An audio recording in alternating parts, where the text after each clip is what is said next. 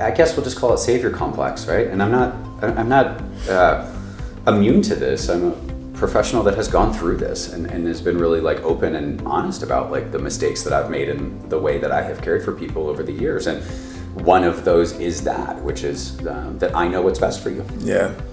Right? So I am the expert on you. And I'm the expert because I'm a guy that gets up and works out 5 days a week, but you're 60 pounds overweight.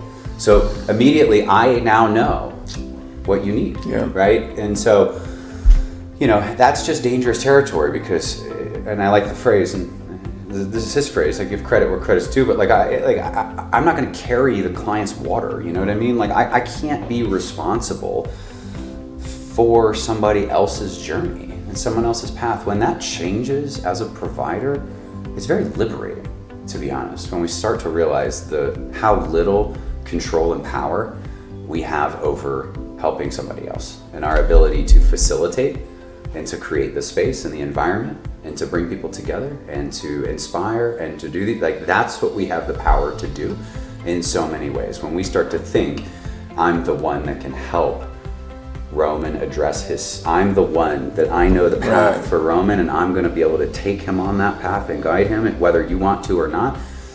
That's really shaky and dangerous territory.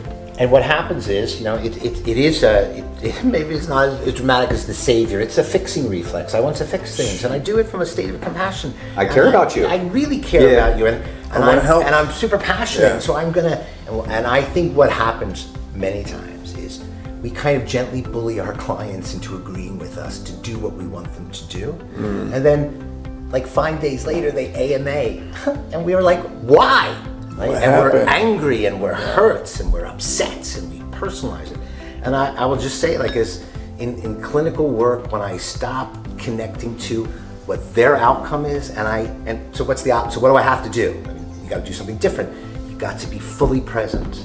Stop thinking about the next question. Stop thinking about where you want to get them to. Listen and be present and evoke for them the things that are valuable and important to them, and keep them connected to that. That's when I feel tons better. I don't go home at night thinking, I'm like, this is overwhelming. I don't know what to do. I don't know how to help these people. I don't have any sense of purpose anymore. And I did want to just bring something up, and it's going to change the subject a little bit. I wanted to bring something up you said. And again, so that recovering, say, counselor, therapist, peer person who gets in that space, like, what am I doing? What's my purpose? I don't know what to do. Like, and they don't go to a meeting that night. Like, they're not going to relapse tomorrow, right? It's what they're doing, though, is they're usually saying things like, I'm going to do a little bit of self-care. It's like, I'm going to stay home. I'm going to watch a movie. I'm going to get a pint of ice cream. Again, they're not going to shoot heroin the next day. Right. What they do is they're going to slowly kind of disentangle some of the systems and processes they have in place to keep them well, right? Because that's their plan. That's what they've done. Like, that's the pathway they follow, and they have all these connections and these things around them. I just know that I'll say for me, like, you know, what I needed in a recovery process and community, like 30 years ago was like really different than what I needed 10 years after that, and 10 years after that, and 10 years after that. But I also know, though, again, that I can go into meetings and people will say things like, just do that, you're good. That's all you gotta do. Plug in the jug. Just do that. Plug in the gym. And I will tell you, like, after 30 days of abstinence, like, I was out of my mind. And then 30 years, well, I'm still out of my mind. Yeah, I mean, it's baby steps.